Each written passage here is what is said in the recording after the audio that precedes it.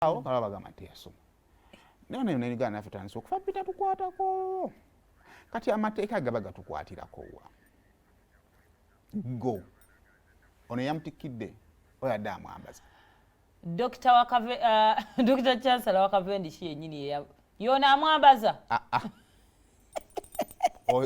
eyo tatu buli wamu agimanyi okuleka nga oli mupya mu Uganda abapya bwe tutyo yona Chancellor social media yatabuka bamutumye dda Chancellor oyo gola basigo talaba face wano mu Uganda omwana atandikira awo n'agamba ndowooza Diguli bagimukyala yagimutikidde munanga ate ne kiranda social media ina abasiru bo balowooza Diguli y'enkofiira ne gundi nti eggwani wano olabe kubatikkira Diguli nga mukyala yagimutikira naye nga yasinzira ku kigoye ojiperezeko wano ate kyewunyisa jjukira Bobi atungatunga awo kutungatunga eyo yakirina te Diguli yabuli yakunnassa gutaba nga Bobi keri gyadde agimwambazaamu nga tetemutuuka nze Diguli lugoye nze Diguli nji Diguli ya Cavendish bagiteeka ku mutwe bwe bati etuulamu kyokali anaafuna abamuwuliriza yohaniko jikuba agambye atya mu bigambo bye omusomi w'oku kyalo kuno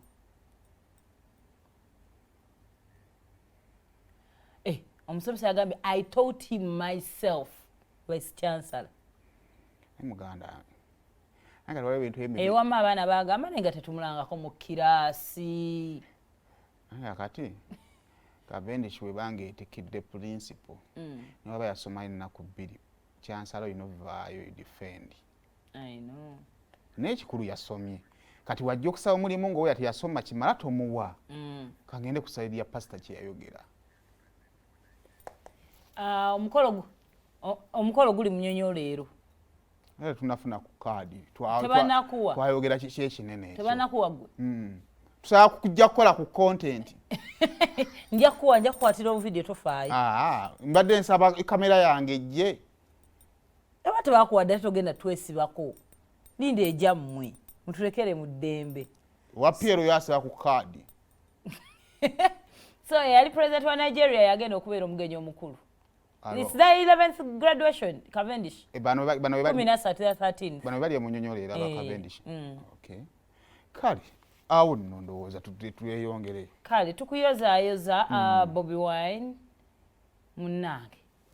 Obale kusoba naye bw'oba olina omukisa dayo kosomeko. It is very important okwongera. Abantu baleme kutuuza mu bigambo nti mutasoma ogamba ki. In August 2016, after my procrastination, I attended my first lecture in law school at the International University of East Africa. 7 years later, I have graduated with a Bachelor of Laws from Cavendish University. I couldn't have made it without the assistance and encouragement from my friends and family. And there is no better time to salute them than now. We see you. Dear Sofa Chagulanyi, we discussed this idea of going to law school as far back as 20 years ago. Wamanya datwakubuza ngano ogenda kwasimba mbu nedda. While we still at the MDD department at Makerere, you continued to encourage me through word and action even when I dragged my feet for a few years. You led by example and did it. Today I have also did it. Dear Don Sheriff, it's this course that brought us together, only for us to realize that we shared much more than just being law students, but the passion for freedom and justice. I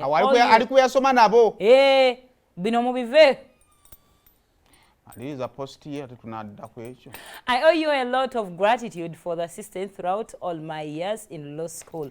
Dear Davis Lewis Lubongoya, from the first constitutional law lecture that you conducted in first year 2016 at the area East Africa, I knew that you'd be my comrade. It was your idea to transfer from East Africa, which at the time was not yet fully accredited to teach law. to Cavendish University. Yava ku East African University. Gye twagamba mbu teyatikkirwa. Na transferring n'agenda Cavendish. N'agamba at the time was not yet fully accredited, okay, to Cavendish University, which was already accredited. To avoid the future problems about technicalities, as Munateka bracket, I am glad that I listened and enrolled afresh. Thank you for standing with me throughout the course. Dear Bobi Kyagulanyi, I am sure I wouldn't complete this course without you. Sandi sobodde kumaliza kuleka nkavunule. Ikankavuna bibagala ebyomukwana abantu ha. Dear Bobi Kyagulanyi. Omukwano Bobi Kyagu. I am sure I wouldn't complete this course without you. Nkakasa Sandi sobodde kumalako kusoma kuno nga toliiwo. Sometimes inconveniencing push. Olumu munange nga bigaana n'osindiikiriza. So many times I felt like giving up, but you would never allow me to leave the mission njagala kuwanika ebintu by'amateeka bizibu ne kugamba ne munange okusoma kw'ekikulu nga kumenya n'ogamba munange genda. Yeah, only you know how many times I came close to giving up. Gwamanya emirundi wowe natuuka kosi wakanaagaana n'ogamba kinaalabika kitulaba Solomoni abiyita ate gwe taata we. Thank you for always keeping me encouraged and nourished. Webale kungira kunzijukiza nti eno diguli y'amateeka yeesose mu maka muno ate munange bw'otaagifuna kinaalabika tutya. Babi alayika ali waka anyenya muto ku bigambo by'oli okongeramu. Now I know that your encouragement, nothing is too hard to achieve. Thank you, love. Kati ntandise okukitegeera nti ebiwanzizangamu amaanyi n'onzigalira mu kisenge n'ogamba Nubian siriiwo naye ng'ate mu nju gye ndi era nga mbalengera bwe nti era bye bimu. Byebyo tukomaawo. Balekitaraze era basasuddwa kati beebale. Kasa tumaze Bobi. Kale mwebale kubanga mwasomye. Wamma wano nange ye nga ndyose nensoma statement mbadde sisobola sitegera. Tukoma mulaba ng'ayingira gate ya East African University. Ate afulumidde mu ya Cavendish. Ate tewali kkubo ligattawo. Twende tugenda tema omugambo ndowooza mukitegedde. Kale katuuko tuwe press conference ya Mickey Wine bannaye nga tutambulidde wamu. Paragraph akasembayo. Ffe ng'abasazi b'omugambo ku kyalo kuno twetaaga okunnyonnyola kungi. Recently, when news came out that I was set to graduate, the usual detractors, semaja kavonula.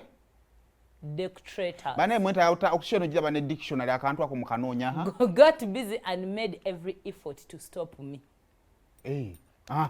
We bamala bukumulangira agenda kutikkirwa. Abantu bannakigwanyizi bakola buli baasala intotto buli emu okulabanga bamulemesa. Some people abantu abamu ostensibly working for the regime and other dictators went as far as petitioning the National Council for Higher Education. Bagenda nogenda mu kakitongole ekigira ebyenjigiriza gundi nga baagala ki? Nga baagala mbuno bagipetitioning. Ayinza oba teyasoma. Ebyebwe bityo. National Council for Higher Education officials went to the university and demanded for every document regarding my studies, including my application form, admission forms, all class attendance records, written exams, coursework of all the years, and my tuition payment records. Nga bamujjonkeranga mu lipazo bwagamba. Mbuki. Ankara bali mujjonkera baagala kufuna buli kimu ekikakasa nti abadde asoma tewaggulo misana bayina bali baagala omukwatira nti yasoma babeko kibamulemesa. Weebale nnyo.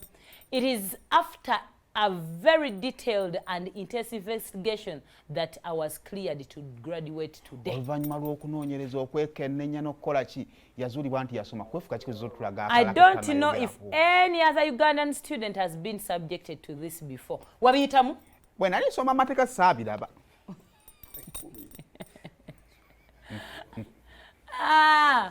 One did this not without my colleagues, eh?